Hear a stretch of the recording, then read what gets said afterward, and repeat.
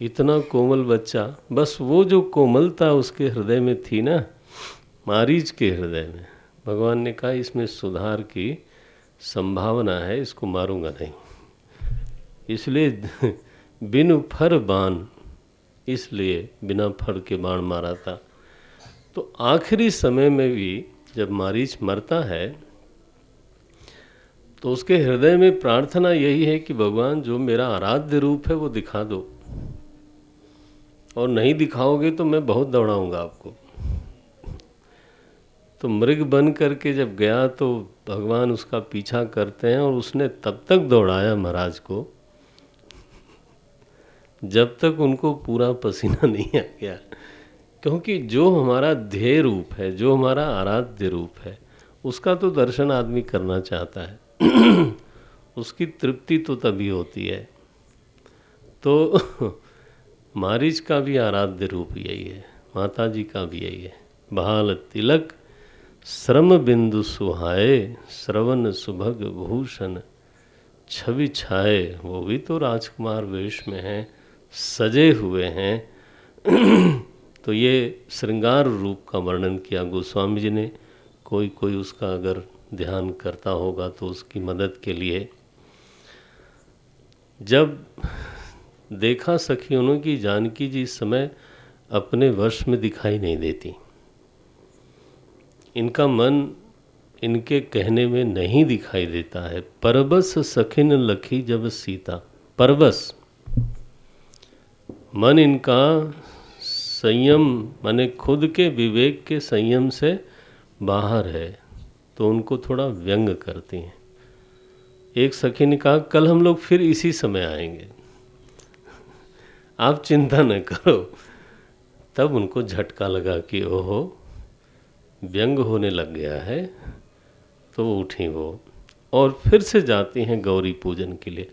ध्यान रखना पूजन पहले कर चुकी थी, लेकिन अब सामने वरण हो गया, तो फिर तो मैंने अब साफ साफ कामना करने वाली हैं।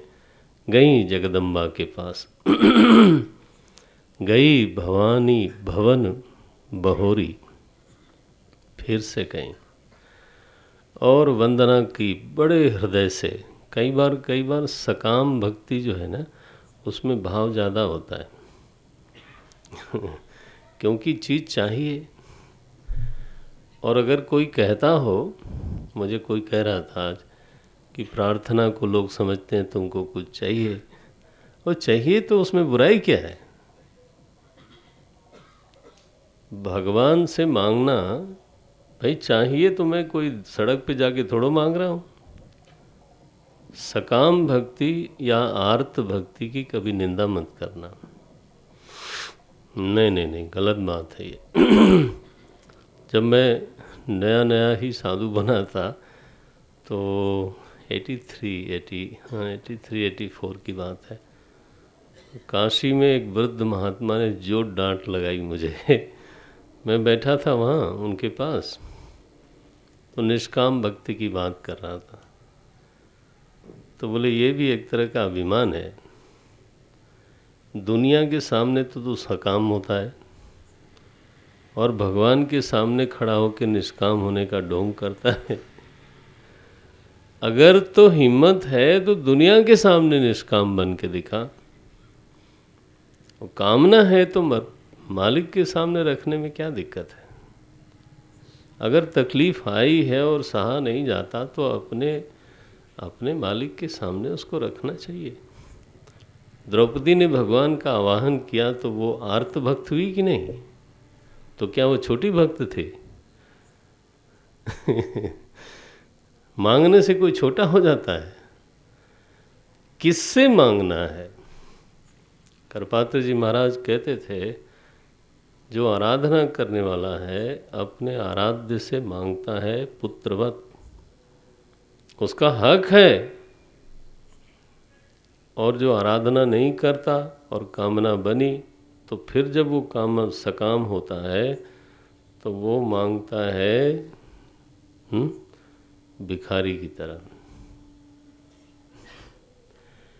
एक में हक है और एक में हक है नहीं, आपका कोई संबंध तो बना नहीं मालिक से, और फिर आपको ज़रूरत पड़ी तो आप चले गए मंदिर, घंटा बजाया। नो नो नो, सकाम होना है तो हो। गज ने क्या किया, प्रार्थना की, आर्त भक्त है वो, लेकिन सदा आर्त भक्त नहीं होता। द्रौपदी सदा आर्त भक्त नहीं है। जब अतिथि लोग आते थे और वो भोजन नहीं करा पाती थी तो भगवान को बुलाया कि नहीं, वो उसने, भगवान नहीं अक्षय पात्र का तो तरीका बताया। इसलिए ये सब मिथ्या धारणा पालनी नहीं चाहिए। अब यहाँ तो माता जी स्वयं सकाम है, देखो गई हैं भवानी के पास और प्रार्थना करती हैं। मैं कह रहा था सकाम में कई बार भाव बहुत बढ़ता है। आप अंधेरी रात हो, अकेली,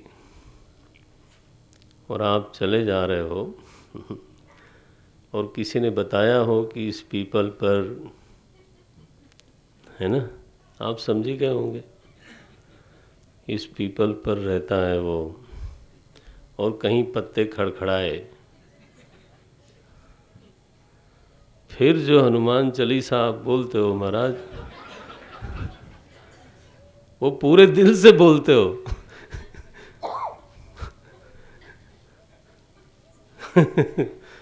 भूत प्रेत पिशाच निकट नहीं आवे, महावीर जब नाम सुनावे। वो तो आवाज़ जोर जोर से होता, दिल लगा रहता वहाँ। अन्यथा कई बार हनुमान चालीसा पूरा हो जाता है तो पता लगता है कि ओहो पूरा हो गया क्या। मने हमको मालूम नहीं, दिल वहाँ नहीं लगा है, वाणी से निकल गया, पूरा पाठ हो गया। ये तो आप, भगवान ने कहा है, आर्तो जिज्ञासु अर्थार्थी ज्ञानी च भरतर्षभ चतुर्विधा भजन्ते माम जनाः सुकृतिनोर्जुन। तो जनाः भजन्ते माम, जब वो उसको भक्त मानते हैं, उदार मानते हैं, उदारा एव सर्वैते, सुकृतिनः मानते हैं, तो हम खड़े होके बोलते हैं सकाम भक्ति ठीक नहीं। किसने कहा आपको ऑथराइज किया है लोगों को सर्टिफिकेट देने के लिए? तो माता जी आज सकाम है बिल्कुल। जय जय जय जय जय गिरिवर राज किशोरी, जय महेश, लोग प्रार्थना करते हैं ऐसा। तो वंदन किया और साफ साफ बोला, मोर मनोरथ जानौ नीके।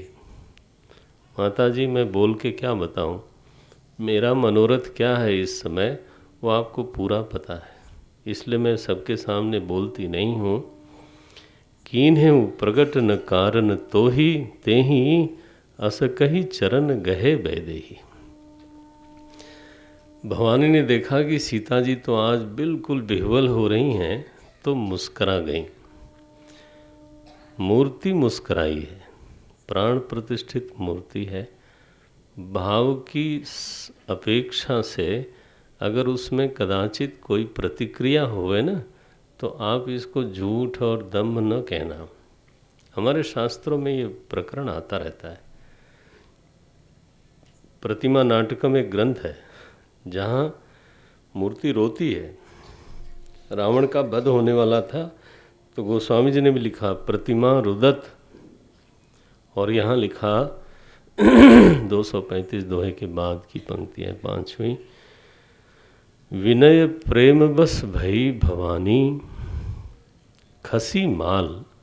उनके गले में जो माल थी, माला थी ना, वो वहाँ से खिसकी और जानकी जी के गले में पड़ी।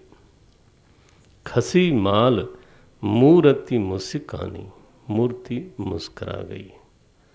सादर सिंह प्रसाद सिर धरेऊ, माला को उन्होंने सिर पे धारण किया, प्रसाद समझा है। और फिर तो बोल भी पड़ी माता जी, भवानी बोलती हैं, सुनु सिय सत्य आशीष हमारी, पूज ही मन कामना तुम्हारी। तुम्हारी कामना पूरी होगी, चिंता मत करो। हर्षित होकर के जानकी जी गई हैं अपने भवन में, और इधर जब राम जी पुष्प लेकर के पहुँचे अपने सदगुरु के पास, विश्वामित्र जी के पास।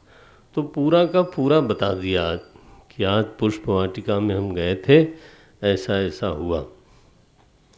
राम कहा सब कौशिक पाही, सरल स्वभाव छुअत छल नाही। कोई छल नहीं है। बोले महाराज मेरे मन में क्षोभ हो गया था गुरुदेव, ऐसा सौंदर्य मैंने आज तक देखा नहीं। तो पूजा की विश्वामित्र जी ने, और जब उठे तो राम जी ने, लक्ष्मण जी ने प्रणाम किया। तो वहाँ तो भवानी ने आशीर्वाद दिया था, यहाँ विश्वामित्र जी आशीर्वाद देते हैं। लिखा सुफल मनोरथ हो ही तुम्हारे। हाँ, योग बना रहे हैं देखो। विश्वामित्र जी ने कहा तुम्हारा मनोरथ सफल हो, मेरा आशीर्वाद है। फिर मध्याह्न भोजन इत्यादि किया। जब चंद्रोदय हुआ है, रात्रि आ गई, पूर्ण चंद्रिका खिली हुई है, भगवान लक्ष्मण जी के साथ बाहर जाते हैं और चंद्रमा को देख के सीता जी के साथ उसका मिलान करते हैं। माने मानस व्यापार में भगवान के जानकी जी बस गई, कहना इतना ही चाहते हैं। बार बार उनको लगता है नहीं ऐसे नहीं, ये तो खारे समुद्र का लड़का है, उसी समुद्र से विष भी निकला था, तो चंद्रमा का भाई विष है। नहीं नहीं, जानकी जी से इसकी उपमा ठीक नहीं है। इस तरह से मनोरथ करते हैं। फिर आते हैं, शयन किया। फिर प्रातः काल की बेला आई, नृत्य क्रिया करके पुष्प लेकर के पूजन इत्यादि हो गया। तब जनक जी ने बुलाया। जनक जी के गुरु आए बुलाने के लिए। शतानंद तब जनक बुलाए। आए हैं विश्वामित्र जी को, उन्होंने कहा कि महाराज आज स्वयंवर होने वाला है, तो आज आप वहाँ निमंत्रित हैं, आप पधारो, जनक जी ऐसा चाहते हैं। विश्वामित्र जी तो पहले से प्रतीक्षा में थे, वो लाए ही इसीलिए थे दोनों को। तो दोनों लोगों को ले करके विश्वामित्र जी रंगभूमि में पधारे। और जब वहाँ पहुँचे भगवान, तो लोगों ने अलग अलग ढंग से उनको देखा। मैंने एक दिन निवेदन किया था, निरुपाधिक और सोपाधिक। तो भावना की उपाधि से जो जिस तरह की भावना की उपाधि लगा के देखता है भगवान को, वैसा वैसा वो दिखते हैं। भगवान तो एक ही हैं, लेकिन अनेक रूपों में दिखाई देते हैं। पहले ही पंक्ति लिखी, ये 240 दोहे के बाद की पंक्ति हैं। जिनके रही भावना जैसी, बहुत बढ़िया पंक्ति है। जिनके रही भावना जैसी, प्रभु मूरति देखी तिन तैसी। उपाधि, थोड़ा ये शब्द आ गया इस तरह का, उपाधि का जो संबंध है ना, इसको ध्यान में रखना जरा। उपाधि का संबंध उपहित से नहीं होता। बच्चे लोग भी ध्यान रखें इसको। कई बार ऐसा हम लोग बोलते हैं, माया की उपाधि से चेतन ईश्वर होता है, ऐसा बोलते हो ना आप लोग। ऐसा लगता है कि माया की उपाधि किसकी है? चेतन की है। उपाधि, मैंने अभी निवेदन किया, उपाधि का संबंध कभी भी उपहित से नहीं होता। उपाधि का संबंध हमेशा उपलब्धा से होता है। आप इतना तो मन में धारण कर लें, जिनको वेदांत का संस्कार है। 3 चीज हो गई ना, उपाधि, उपहित और उपलब्धा। एक और चौथी चीज है, उसको बोलते हैं उपलब्धि। बिल्कुल आसान बात है, थोड़ा ध्यान देने की जरूरत है। तो उपाधि का जब संबंध उपलब्धा से है, इस समय जो भावना है वो किसके पास है? राम जी के पास कि राजाओं के पास? ये दुष्ट राजाओं के पास है अथवा योगियों के पास है। जब स्फटिक की माला आप नीले वस्त्र पर रख के देखते हो तो माला नीली दिखती है। क्या बोलते हो आप? नीले वस्त्र की उपाधि से स्फटिक नीला दिख रहा है। बढ़िया। तो नीले वस्त्र का संबंध हम लोग किससे जोड़ देते हैं जनरली? स्फटिक से। वो गलत है। हमने स्फटिक को सीधे देखने के बजाय I have created a medium in between. तो मैं नीले वस्त्र को बीच में डाल के फिर स्फटिक को देखता हूँ तो मुझे नीला दिखता है, स्फटिक नीला नहीं हुआ। मेरा परसेप्शन डिस्टर्ब हुआ, न कि the thing which is being perceived. ठीक है ना? उपलब्धि प्रभावित हुई, उपहित प्रभावित नहीं हुआ। स्फटिक कभी नीला नहीं हुआ, लेकिन मेरा जो परसेप्शन है वो जरूर प्रभावित हो गया। अब मुझे लगता है कि वो नीला है। तो उपलब्धा की उपलब्धि प्रभावित होती है, न कि उपहित वस्तु प्रभावित होती है। I will repeat this. उपलब्धा की उपलब्धि प्रभावित होती है। The perception of the perceiver is getting affected. ठीक है? Not the thing which is being perceived. उपलब्ध वस्तु प्रभावित नहीं हो रही है। अभी लाल रंग पे रख दो स्फटिक की माला तो लाल दिखेगी, पीली रख दो तो पीली दिखेगी। तो स्फटिक लाल पीला नीला नहीं हुआ, कभी भी नहीं हुआ। और सच बात है कि स्फटिक का लाल रंग से कभी कोई संबंध नहीं है। संबंध आपने खड़ा किया। आप स्फटिक को सीधे देखने की बजाय बीच में एक मीडियम डालते हो। That medium is affecting your perception, that is called उपाधि। अब हम लोग जब तत्व को देखते हैं, हाँ, तो बीच में एक चीज डालते हैं, अपना चश्मा। माने भावना। तो चश्मा मेरे साथ जुड़ा हुआ है, दिखने वाली चीज के साथ